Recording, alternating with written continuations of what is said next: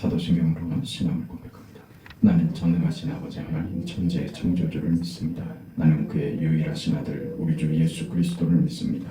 그는 성령으로 잉태되어 동정녀 마리아에게서 나시고 본디오 빌라도에게 고난을 받아 십자가에 못 박혀 죽으시고 창사된 지 사흘 만에 죽은 자 가운데서 다시 살아나셨으며 하늘에 오르시어 전능하신 아버지 하나님 우편에 앉아 계시다가 거기로부터 살아있는 자와 죽은 자를 심판하러 오십니다. 나는 성령을 믿으며 거룩한 공교회와 성도의 교제와 죄를 용서받는 것과 몸의 부활과 영생을 믿습니다. 아멘. 457장 찬송합니다.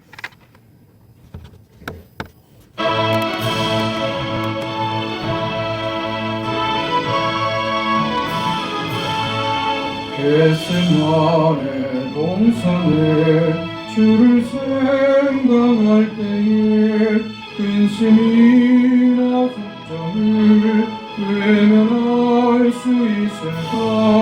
나를 항상 버리고 주를 따라가리라. 신라도의 뜰에서 주를 생각할 때에 수치됨과 아픈 것 못 견딜 수 있을까? 길이 참고 눈물이 주를 따라가리라. 갈보리산 올라간 주를 생각할 때에 나의 받는 괴로움을 비교할 수 없으니 십자가를 지고서 주를 따라가리라.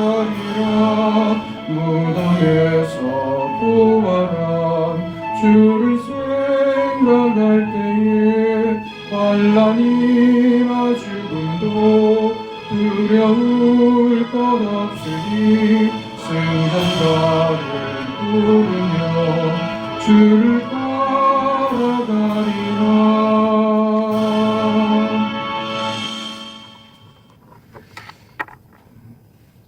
하나님의 말씀 누가복음 9장 57절에서 62절 마지막 절까지입니다.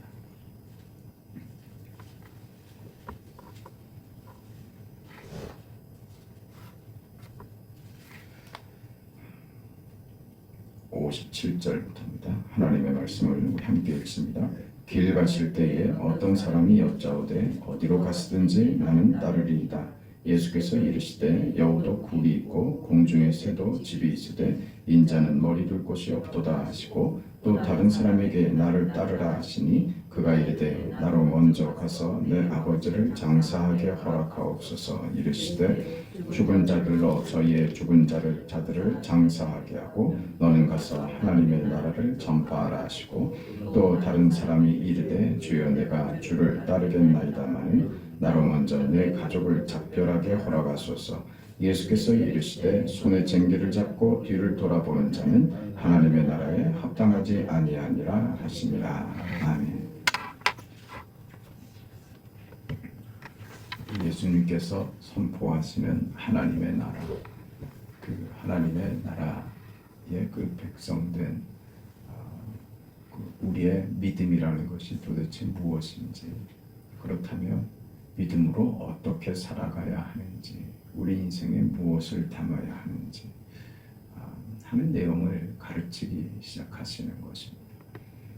그 이해에 앞서 먼저 예수님께서 예수님 자신이 누구인가 하는 것을 내가 순환을 받고 죽을 것이다 라고 하는 그 예고로부터 시작을 합니다. 그러니까 순환받아 죽음으로 인생을, 이 땅의 인생을 마치셔야 하는 주님의 길에 예수께서 누구신가?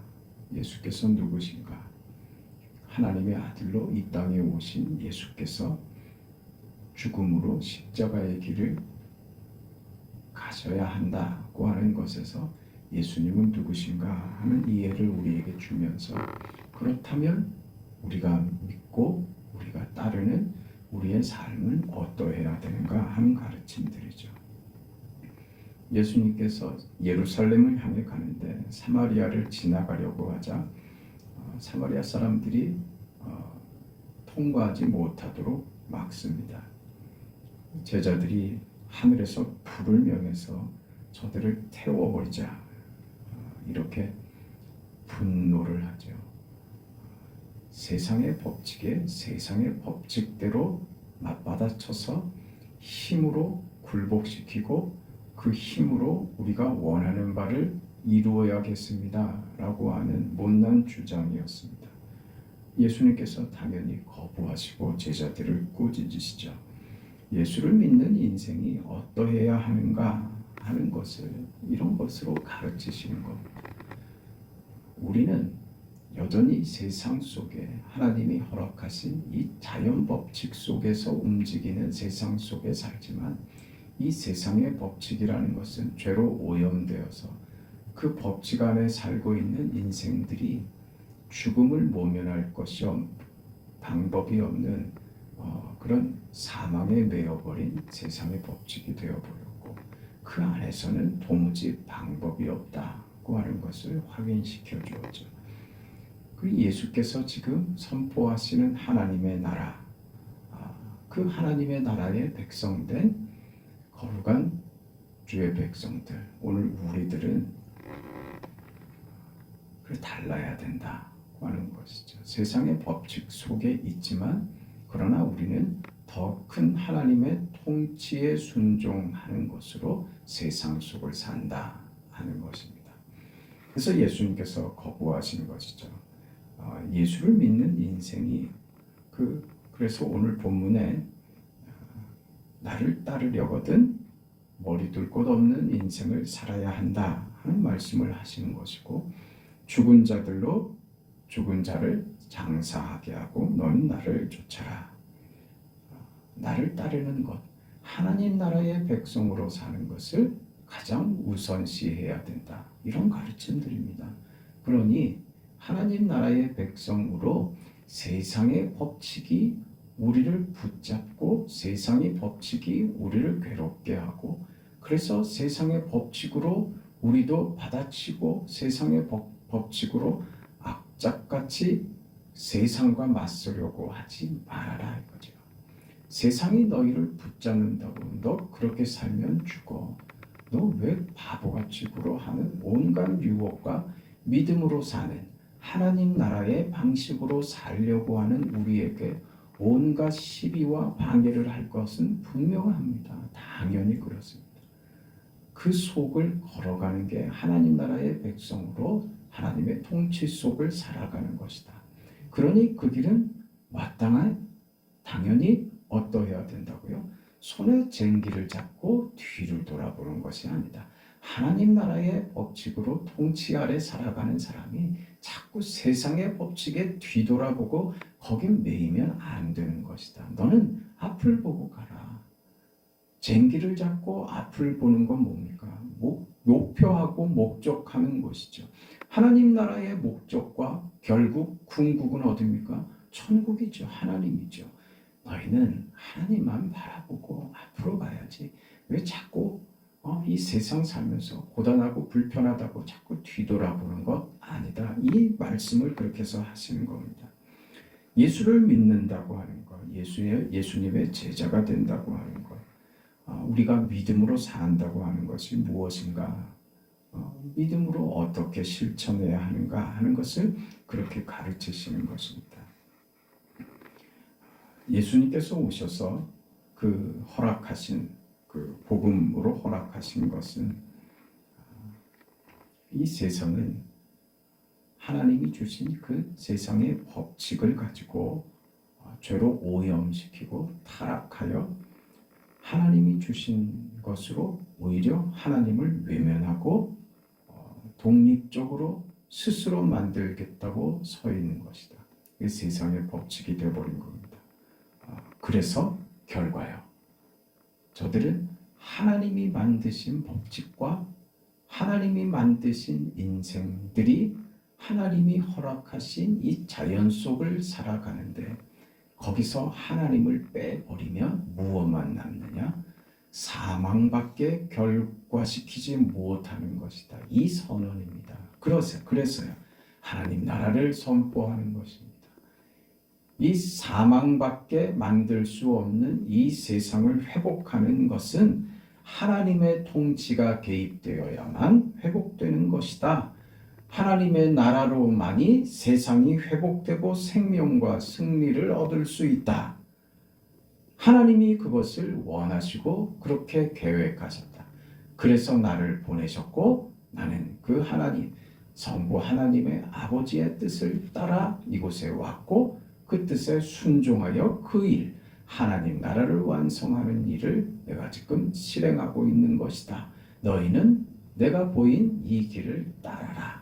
그것이 바로 제자의 삶이며 성도의 삶, 하나님 나라의 백성으로 사는 삶이다. 이렇게 가르치시는 것이죠. 이 하나님의 나라는 우리 알고 있는 대로 아직 심판이 연기되어 있고 예수님께서 다시 재림하여 이 세상의 심판주로 오실 때 그때 이 하나님의 나라가 완성될 것입니다. 아직 심판이 유보되어 있는 이 시대는 그 무엇이냐? 기다려주시는 아직도 기회를 허락하시는 시간인 것입니다. 믿는 자들에게는요. 너의 구원을 이루는 시간을 우리에게 허락하신 거예요. 믿는 자답게 사는 삶으로 천국의 영생을 이곳에서 제자의 길, 하나님 나라의 통치 속에서 너의 구원을 스스로 맛보고 그것이 얼마나 복된가 하는 것을 너의 인생에서 스스로 확인하는 그 믿음의 삶을 살아내거라. 그것이 우리에게 허락한 시간의 이유이고 그 삶을 통해서 하나님은 믿지 않는 자들이 믿는 자들의 그 삶을 보고 저들도 영향을 받고 그게 복음이 전달되는 통로로 삼아 하나님 나라의 백성들을 그렇게 불러 모으시는 기회로 이 시간이 허락됐다 하는 것이죠. 아직 심판은 유보되어 있습니다. 아직 부활의 문을 내가 열어놨다 하는 것이죠.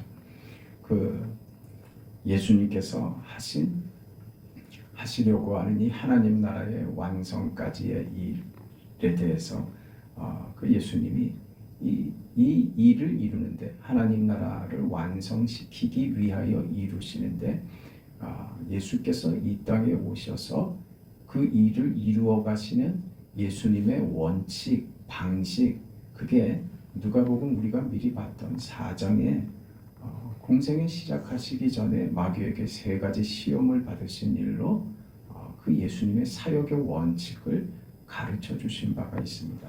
우리 아시는 대로 먼저 마귀가 예수님을 시험하죠. 배고프니까 그런 이해로 가면 좀 이해가 얕아집니다. 훨씬 더 깊습니다. 이 돌들이 명하여 떡이 되게 하라. 그때 예수님께서 대답하시기를 기록된 바 사람이 떡으로만 살 것이 아니다. 이렇게 대답하시죠. 그러니까 오늘 우리가 지금 나누고 있는 말처럼 예수님은 누구시고 복음은 무엇인가, 하나님의 나라는 무엇인가 하는 그런 이해를 지금 예수님께서 일관적으로 보이시는 그 예수님의 하나님 나라를 완성해 가시는 예수님의 원칙, 방식들, 그걸 가르치는 거죠. 떡은 뭡니까?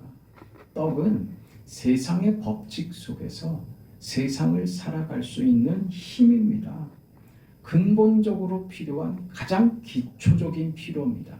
떡이 없이 세상의 법칙 속에서 무슨 힘을 가지고 무슨 지위를 가지고 무슨 넓은 땅과 부귀영화를 누린다고 해도 떡이 없으면 아무 소용이 없어져 버리는 거죠. 다시 말하면 떡이라고 하는 것은 세상의 법칙을 지탱시켜주는 가장 중요한 요소가 되는 것입니다. 거기에 예수님께서 사람이 떡으로만 살지 않는다 이렇게 말씀하시는 것은 세상의 법칙으로 내가 살지 않는다. 너희는 세상의 법칙에 묶여 있고 매여 있을 만큼 그렇게 초라하고 한심한 존재들 아니다. 너희는 하나님의 나라에 속하여 하나님의 통치를 받는 세상의 필요가 너희를 채우는 그런 나라의 백성이 아니다. 그래서 뭐라 그러셨어요? 이 마태복음에 가면 하나님의 사람이 떡으로만 살 것이 아니요 하나님의 말씀으로 살 것이니라. 이렇게 얘기가 연결이 되는 거예요. 우리는 세상의 법칙 속에서 가장 필요한 떡이라는 것, 우리 지금도 사실 얼마나 거기 매여 있습니까? 왜 돈 벌려고 합니까? 왜 돈을 확보하려고 하죠? 이 세상을 사는 데 있어서의 두려움 아닙니까?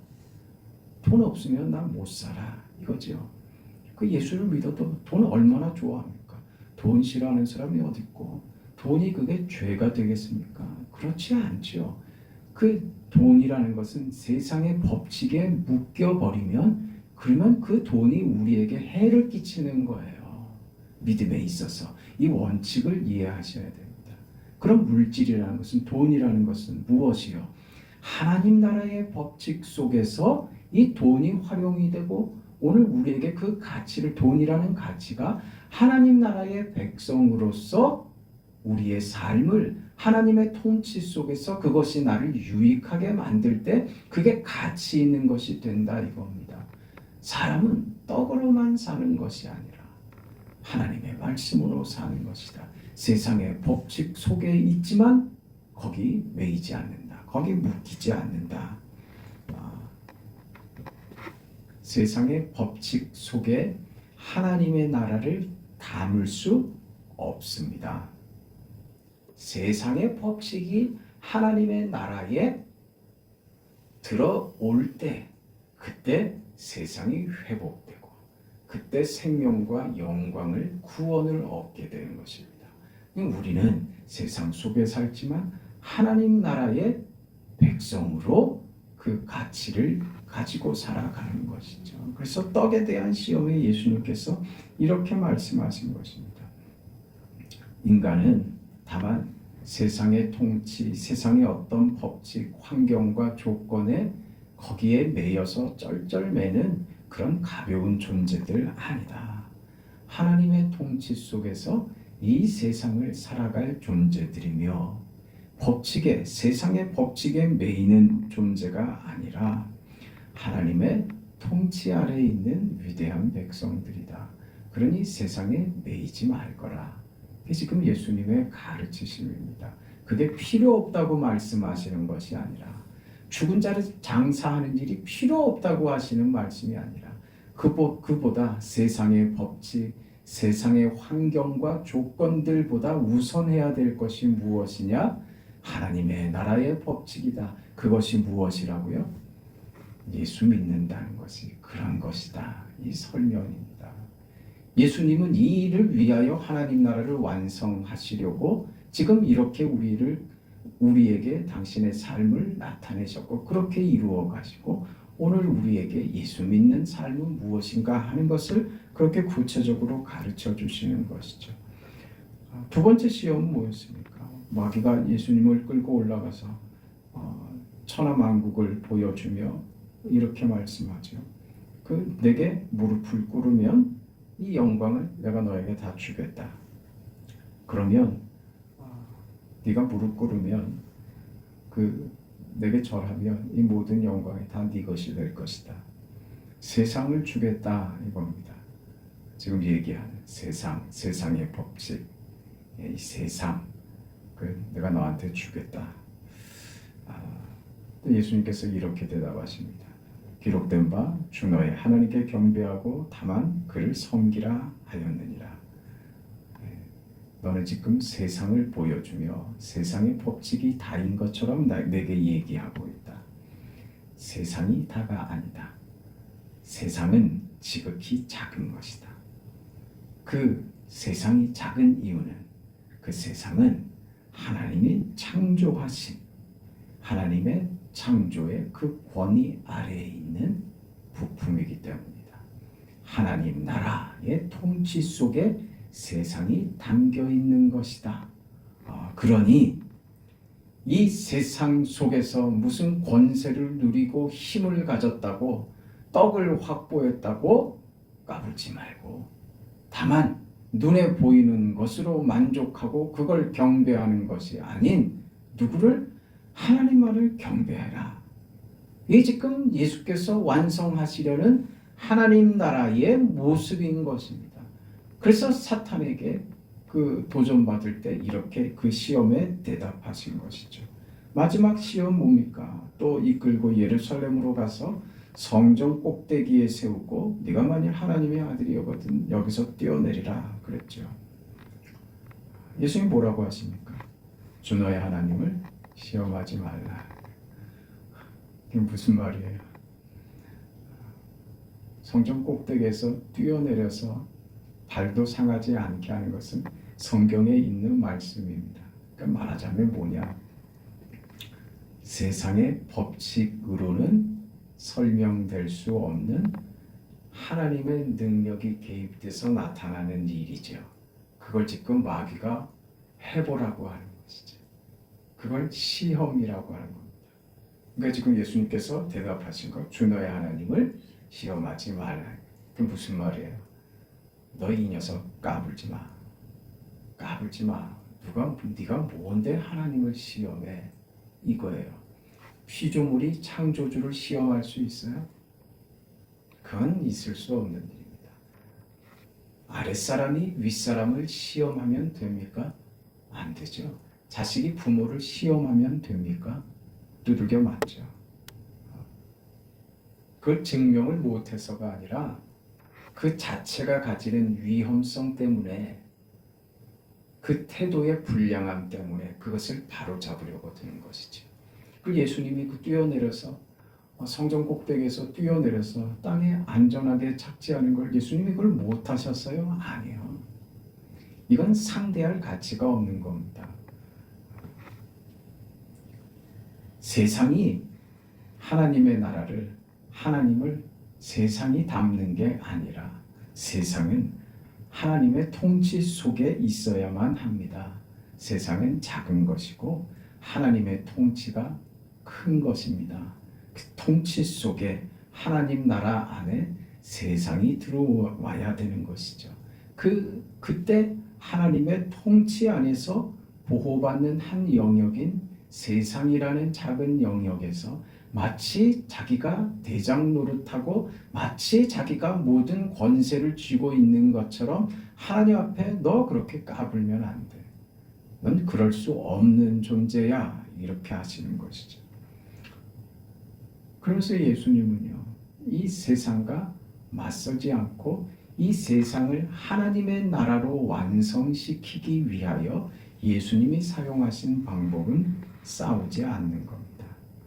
누가 더 큰 세력을 가졌는가? 세상의 법칙이 우위인가? 하나님 나라의 법칙이 더 우월한가 하는 것을 세상의 통치의 방식, 세상의 방식으로 증명하려고 하지 않으신단 말입니다. 그건 똑같아지는 거라고요. 예수 믿으면서도 그렇게 유치하게 그 세상과 같이 맞서서 싸우고 같이 욕지거리를 하면 무슨 유익이 있고 무슨 다름이 있겠냐 이거죠. 나는 억울할 수 없어. 내가 아무리 예수를 믿지만 난 내가 너 같은 것하고 싸워서 질 마음이 없어. 그게 우리가 가지는 세상의 법칙 속에 매여 있는 우리의 본성들 아닙니까? 그렇지 않다고. 그거 아니라고. 너희는 저들이 가지지 못한 위대한 것, 큰 것을 받은 자들인데, 큰 것을 받은 자가 왜 그 작은 그 100원짜리 땅 따먹기 하듯이 하는 것에 그렇게 너의 인생을 소모할 필요가 없다고. 너희 인생은 그렇게 아무것도 아닌 존재들 아니다고. 너희는 위대한 존재라고. 세상에 그 떡이라는 가치와 너희 인생을 바꿀 만큼 너희가 무가치한 그런 존재들 아니라고. 우리는 하나님이 위대하게 세우신 호배로운 존재들이다. 그래서 예수께서 세상의 법칙에 매이지 않고 저들을 세상의 법칙으로 힘으로 저들을 무너뜨리지 않고 오히려 저들의 힘에 맞서지 않고 저들의 힘에 의해서 순환받으시고 죽으시는 것, 그것으로 당신의 뜻을 이루시죠.